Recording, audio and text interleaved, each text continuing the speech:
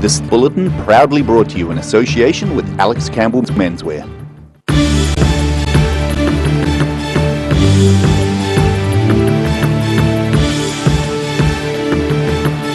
Tonight on the South Today, 29-year-old Australian Brenton Tarrant has received the first ever sentence of life without parole for the 2019 Christchurch mosque attacks. It's the end of an era as the ANZ Bank announces the end of its bonus bonds scheme. And preparations are underway for this year's Daffodil Day appeal for the Cancer Society.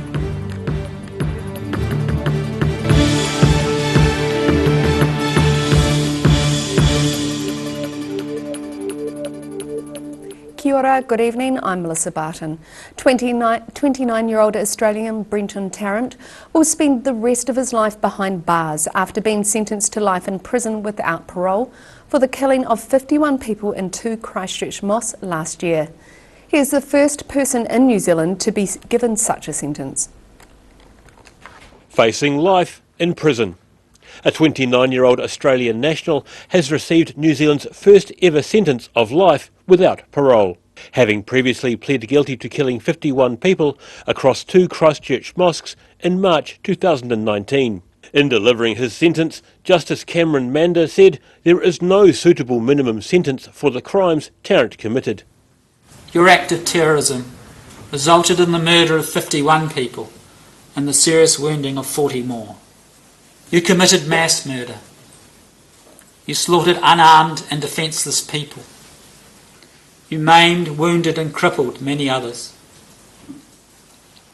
Your victims include the young and the old, men, women and children. Over the 4-day process, the court heard nearly 100 challenging and direct victim impact statements, a reflection of the unprecedented scale of the tragedy. With his own racist agenda, this coward hid behind his big, powerful guns and shot little old Linda from afar. She never even stood a chance. And I wish more than anything in the world that I could have been there to hold his hand and tell him that it would all be okay. But I couldn't do that. I never would have ever imagined that the country in which my parents immigrated to for safety and for a successful future for their children would result in this. I ask that he be put in mainstream prison and stop wasting taxpayer money on giving him special treatment and protection. And coming back to this maggot, I would like to say that my 71-year-old Dad would have broke you in half if you challenged him to a fight. During the trial, prosecutors detailed the at least 18 months Tarrant spent living in Dunedin, meticulously planning his operation before committing the atrocities in just 2 minutes. His initial target had been Dunedin's Al Huda Mosque. In Dunedin, the South Today. The status of Dunedin's new hospital build remains uncertain. A cabinet sign-off is required before the almost $1.5 billion project can begin. The plan decides the size and scale of the hospital buildings and the services that would be provided. Health Minister Chris Hipkins says he believes the cabinet will consider the case before the election. However, he is refusing to say whether cabinet discussed it at this week's meeting. The ANZ Bank announced yesterday it would begin winding down its bonus bonds scheme later this year. An Otago bonus bond winner remembers when her life was dramatically changed by the financial scheme. Bonus bonds are finally coming to an end after 50 years as a New Zealand financial icon. The owner of this house in Hawea has always owned some bonus bonds since she was born 38 years ago. My mother bought me some bonus bonds when I was born because my great-great-uncle had given me $50 because I was born the same day as him. The bonus bond scheme was launched by the Post Office in 1970, with the monthly prizes drawn by the specially built computer called Alexei, which is now on display at Dunedin's Toitu Museum. In 1996, the management of bonus bonds shifted to the Dunedin ANZ on George Street, And 2 years later, in 1998, Amanda Murray, who was by this time 16 years old, got a letter in the mail. Yeah, I opened up the handwritten envelope and I said, "Oh Mum, I've won $300." And she's pulled the car over and she said, "That's not $300, that's $300,000. So that changed things quite a lot. Back in 1998, even $100,000 could buy a nice house in Otago. And Murray bought herself this house in Hawea while she was still a teenager. And she bought another house for her parents as well, to say thanks for all their scrimping and saving of every penny they had to put her through boarding school at Columba College. Murray says she's disappointed the scheme that changed her life is now being axed. I think I've got about $300 left in there, but I was really hoping to start putting a bit more away, and especially start an account for my 2-year-old. It was something I was looking forward to, but that's not going to be happening anymore, which is a bit sad. Over 1 million New Zealanders still have bonus bonds, and they can either choose to cash in their bonds or wait about 12 months to get their money back, plus possibly over 3% interest. In Dunedin, the South Today. St John's senior management have been criticised for failing to engage with those behind a petition in Milton. The petition calls for the township to retain a St John paramedic after the organisation proposed to have the nearest paramedic 15 minutes away. The petition was signed by over 3,500 people, with plans to hand over the petition to St John yesterday. No one from St John has come forward to receive it. Petition organisers are describing St John's behaviour as very poor. Southerners are again being encouraged to dig deep into their pockets ahead of this year's annual Daffodil Day appeal on Friday. This year, the Cancer Society is hoping to sell more than 150,000 flowers across Otago and Southland, but are realistic about the impact COVID-19 might have had this year. A sea of yellow and green. Cancer Society Event and Community Campaigns team leader Emma Anderson unpacked some of the more than 10,000 daffodils destined for the Dunedin streets ahead of the Society's annual Daffodil Day fundraiser on Friday. About 140,000 daffodils will be sold across Otago and Southland, all from one flower distributor in Christchurch. Anderson says she's expecting a dip in the amount of people who are able to give this year following the impact of the COVID-19 pandemic. Hopefully the community knows that, fundraisers are suffering, as well as so many other businesses and people in general. But we're really hoping that the community understands that we need these much needed funds because people will still be going through cancer no matter COVID or not COVID. As well as potentially impacting the amount the Society is able to collect, the resurgence of COVID-19 within the community means there will be extra precautions in place to keep both volunteers and members of the public safe. Anderson says these are there so the public has nothing to worry about when they go to make their donation. So we'll be having face masks as well as hand sanitizer for every volunteer, as well as social distancing, so using our table that's set up at the site as a barrier to keep away from the public that want to donate as well. Volunteers will be out in force across the south on Friday, as well as Saturday morning, and Anderson says no matter where people live in the region, they should be able to get their hand on a daffodil or any of the other items the Society is selling. So we've got 140,000 daffodils ordered for Otago and Southland, and we've got about 12,000 here just for Dunedin itself. So there's a lot out there across all the different tiny towns, because there's about 36 different areas across Otago and Southland that will be supporting Daffodil Day this year. This year's event marks the 30th anniversary of Daffodil Day, with funds going towards everything from paying for drivers for people to get to and from their treatment, and accommodation for those who don't live near a treatment centre. In Dunedin, the South Today. Still to come on the South Today, we find out why Tapanui charity workers are calling for fit young men, and we have this week's edition of Global Insight with Professor Robert Patman. So catch this and more after the break.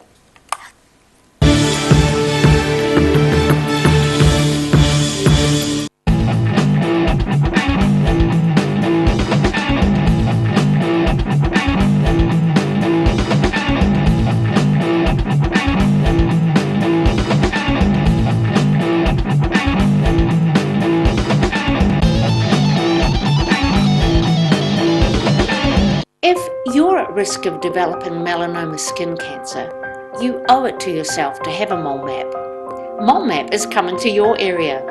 Phone today to make an appointment. It could save your life.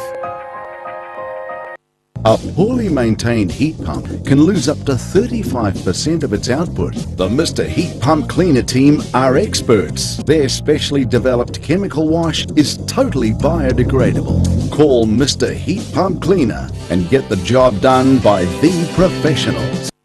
Wrens are Otago's painting, tiling and plastering experts. Offering a free measure and quote, Wrens is a name you can trust to get the job done right. Call Wrens today on 477 9384 or visit wrens.co.nz. Do you know Youth Grow in North East Valley? It's an awesome plant nursery where young people can work and learn life skills. You can now order your vegetable seedlings, herbs, bulbs and shrubs over the phone or by email. Either pick up your order on Norwood Street in North East Valley or they can deliver to you. Look for Youth Grow Garden Centre on Facebook or visit youthgrow.org.nz. Happy gardening!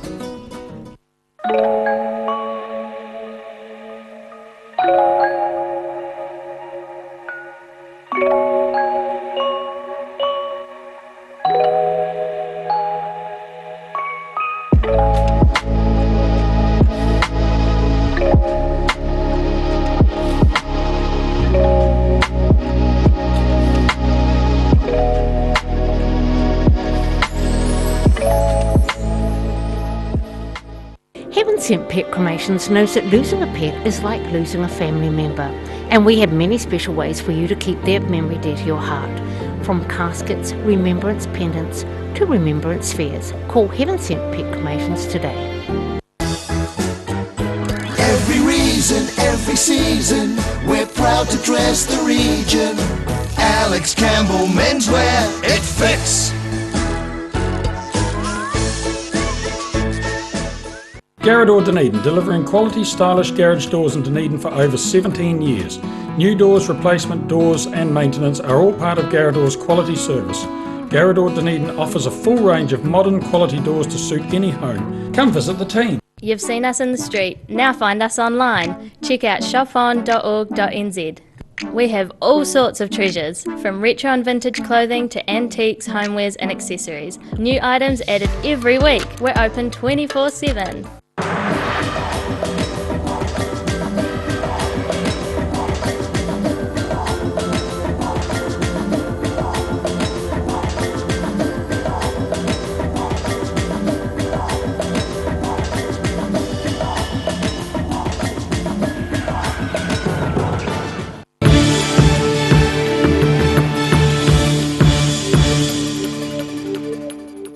Welcome back. A group of Tapanui charity workers are looking for fit young men to join their team making firewood. Informally called Dad's Army, the Tapanui Men's Fellowship wants new recruits to join its regular Tuesday firewood gang. This team of mostly retired old men in the Southland town of Tapanui are raising funds for charity by selling the firewood they cut up. But team leader Alan Parks says the group, unofficially known as Dad's Army, is in dire need of some younger members to join their ranks. There's a few of us getting a bit long in the tooth, so we're trying to get a few more helpers. We don't want to fold if we can help it, but if we don't get more helpers, well, ultimately we'd have to fold. Felling trees donated by local farmers, the group has raised more than $300,000 for charity over the last 15 years, which is very good going for a group of about 14 retired old men. I'm the eldest, almost 85 in a week or two, and the average is 65. On a good day, they'll create about 30 cubic metres of firewood. Some of it is sold for about $60 a cubic metre, and the rest is either donated to local people in need or goes to the volunteers. Because the work is done every Tuesday, it doesn't suit people who work during the week. PD workers, we've taken them on, and most of them have been very good workers. The odd one hasn't, and we wouldn't have them back, but on the whole they've been good. But they're only short-term till they've done so many hours. 2 men in the group are skilled forestry workers and take charge of the tree felling, with the rest of the team working on sawing and wood splitting. In Tapanui, the South Today. The poisoning of Alexei Navalny is worrying world leaders about Vladimir Putin's global impact, according to Professor Robert Patman. The University of Otago International Affairs specialist says Mr. Putin is maintaining power by showing that liberal democracy doesn't work. Alexei Navalny, the vocal critic of Russian President Vladimir Putin, is in hospital in Germany, probably poisoned, as doctors say. Is this a turning point for Russia, or just more of the same? Welcome, Robert. Morning, Bruce. You keep a close eye on what's going on in Russia. What is the likelihood that Navalny has been poisoned by somebody connected to Putin's government? There's a track record of high-profile opponents suffering mishaps and personal injury and even death. So that's a worry. But on the other hand, Alexei Navalny is a quite high-profile, almost unique opposition figure. He's made lots of enemies, not just Putin, but also high-profile people in the political world in Russia and also in the business world. In fact, he fell ill on the 20th of August. The reason he was in Siberia visiting Tomsk was because he had carried out one of his high-profile anti-corruption investigations. One of the reasons Navalny has become such a charismatic figure, he's tall, he speaks well, is that he's not just a political activist, he's an anti-corruption activist, which means that he's carried out documentaries in depth, which are credible and put on YouTube, which have, I think, galvanised lots of young people in particular. Is there any point in trying to hold Putin to account before Russians themselves are thoroughly sick of him? Or are you saying that they're getting to that point? Well, I think what's clear is that after the chaos of the 1990s, the immediate post-Soviet period, Mr. Putin came along in 1999, and for many Russians, he ticked two boxes. First of all, he was a strong leader who got things organised.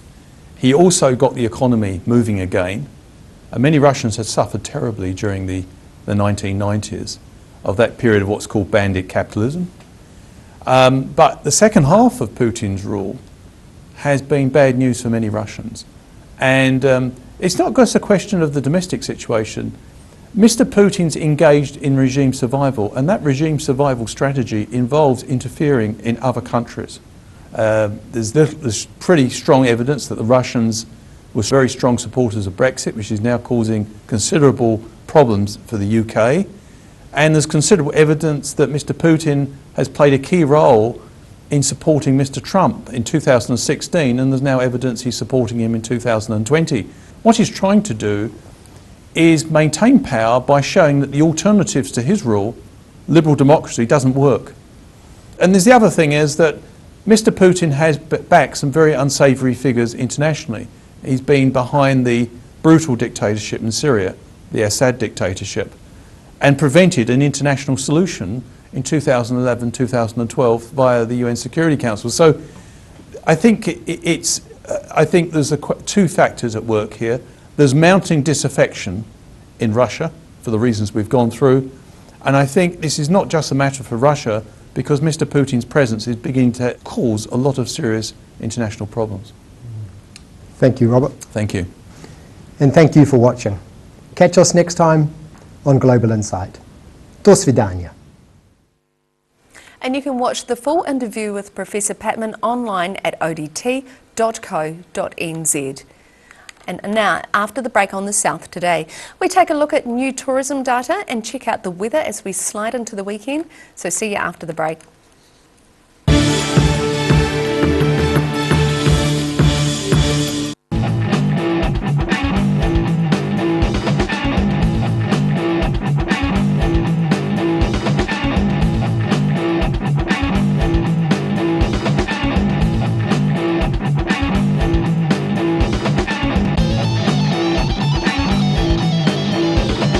If you're at risk of developing melanoma skin cancer, you owe it to yourself to have a mole map. Mole map is coming to your area. Phone today to make an appointment. It could save your life. Garage Dunedin, delivering quality, stylish garage doors in Dunedin for over 17 years. New doors, replacement doors and maintenance are all part of Garage quality service. Garage Dunedin offers a full range of modern quality doors to suit any home. Come visit the team. Do you know Youth Grow in North East Valley? It's an awesome plant nursery where young people can work and learn life skills. You can now order your vegetable seedlings, herbs, bulbs and shrubs over the phone or by email. Either pick up your order on Norwood Street in North East Valley or they can deliver to you. Look for Youth Grow Garden Centre on Facebook or visit youthgrow.org.nz. Happy gardening! Step into Shop on Carroll and discover a shop full of treasures. We have a fantastic range of vintage and retro clothes, upmarket clothing labels, collectible items, beautiful jewellery, quality linen and the best range of vintage haberdashery.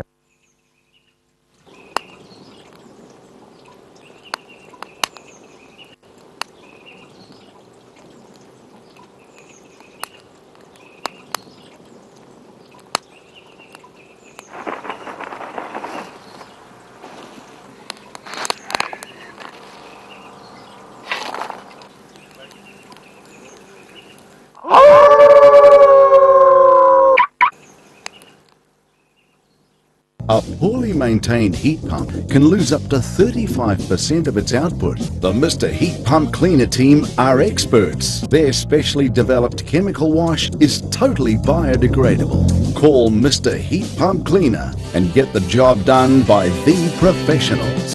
Heaven Sent Pet Cremations knows that losing a pet is like losing a family member, and we have many special ways for you to keep their memory dear to your heart. From caskets, remembrance pendants to remembrance spheres. Call Heaven Sent Pet Cremations today. Wrens are Otago's painting, tiling and plastering experts. Offering a free measure and quote, Wrens is a name you can trust to get the job done right. Call Wrens today on 477 9384 or visit wrens.co.nz. Ah, TV, our favourite babysitter. But it can be tough keeping up with what our tamariki are watching. Luckily, the Broadcasting Standards Authority has made some smart changes to the classification labels. Ooh! Plus changes to the time of day certain rated shows will air and awesome new parental lock features, meaning your babysitter's job is safe. Find out more at safeviewing.co.nz. بسم الله الرحمن الرحيم المؤمن المهيمن العزيز الجبار المتكبر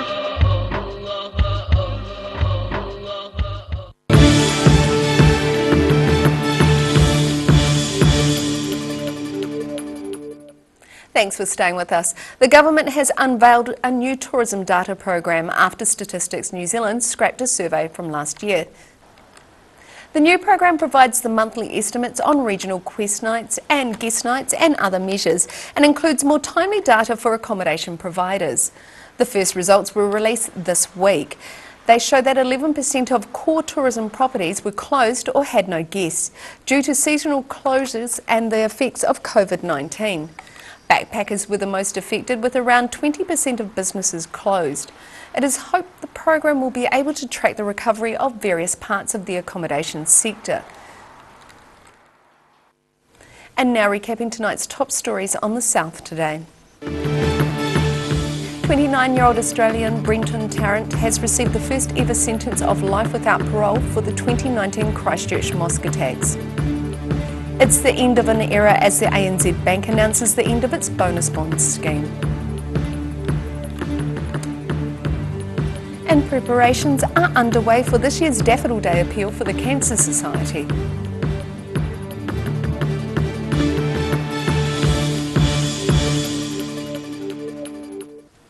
And now look at what's happening in tomorrow's ODT.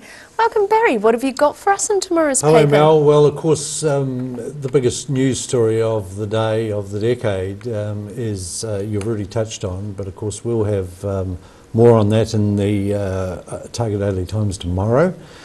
So look out for that. So I won't go into too much detail there. We know that the terrorist has received the heaviest sentence ever put out in New Zealand, so that reflects the severity of the whole situation. So, and hopefully that name will be forgotten soon. He doesn't need I any didn't more even mention it, but yeah, I know what you mean. Yeah, yes, it's indeed. enough. He's done it. Indeed. So moving on from that, New Zealand volunteers will be sought to have COVID-19 vaccines tested on them. although probably not until next year. Now that is work being undertaken by Otago scientists, and we've had stories on that before, so they've progressed that quite well. So let's see what happens there. Otago Regional Council will need to hire 16 more staff to ensure the region complies with the new national freshwater standards. But this will come at a cost, of course, and an unbudgeted cost of more than $1 million a year. I was going to say it would be something around that, because 16 staff is a lot. It is. It is. So obviously very complex situation to deal with. So that's why they need so many numbers around them. But as you say, it comes at an expense. Yeah, it sure does. The District Council is investigating issues it is having with punches on cars on its roads. So pointy gravel is causing those issues. So they're investigating that. And we also have a story on New Zealand rally driver Hayden Paddon, who is about to launch his electric rally car for the first time. So more details of that in the paper tomorrow. Wonderful, so you can catch that and everything else in tomorrow's ODT. And now it's time for a look at the weather. Tonight's weather proudly brought to you by Mole Map. Beginning with the southern view, graffiti next to the water off Leith.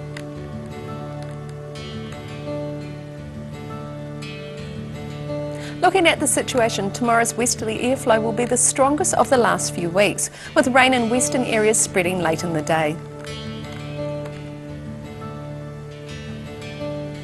Looking at the southern towns, Catlins, Balclutha, Lumsden and Gore are all in for strong northwesterlies with rain developing later, looking at a high of 13.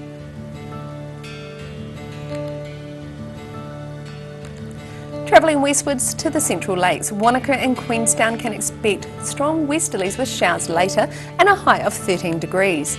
Alexandra is in for fresh westerlies with cloudy skies and a high of 14 degrees, and it's slightly more stormy in Te Anau, which has a forecast of strong northwesterlies with rain and a high of 13 degrees.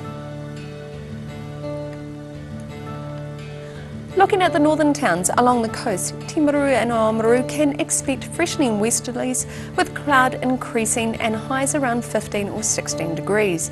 Inland at Twizel and Marama, you can expect fresh westerlies, cloudy skies and a high of 14 degrees. In Dunedin, it's going to be mostly cloudy tonight with light northerlies and an overnight low of 4 degrees. It should be mostly fine and sunny with light northerlies, winds and pleasant temperatures tomorrow, but look out for showers developing tomorrow night. A high of 14 and a low of just 2 degrees. Showers will start clearing on Saturday and the weather becomes fine with sunny periods increasing as the cold southwesterlies die out. Looking at a high of 13 and a low of 4.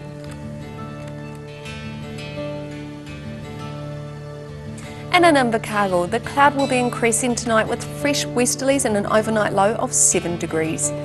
It should be cloudy tomorrow with a high of 13 degrees and showers will develop during the afternoon along with a period of rain in the evening with strong northwesterlies. Colder southwesterlies develop at night with an overnight low of 6 degrees. And showers are set to clear with sunny periods increasing on Saturday with fresh cold southwesterlies dying out, looking at a high of 12 and a low of 3. And that's all for our news this Thursday. For the latest news from the southern region, head online to odt.co.nz or follow Channel 39 online. Thanks for joining us. Ka kite anō.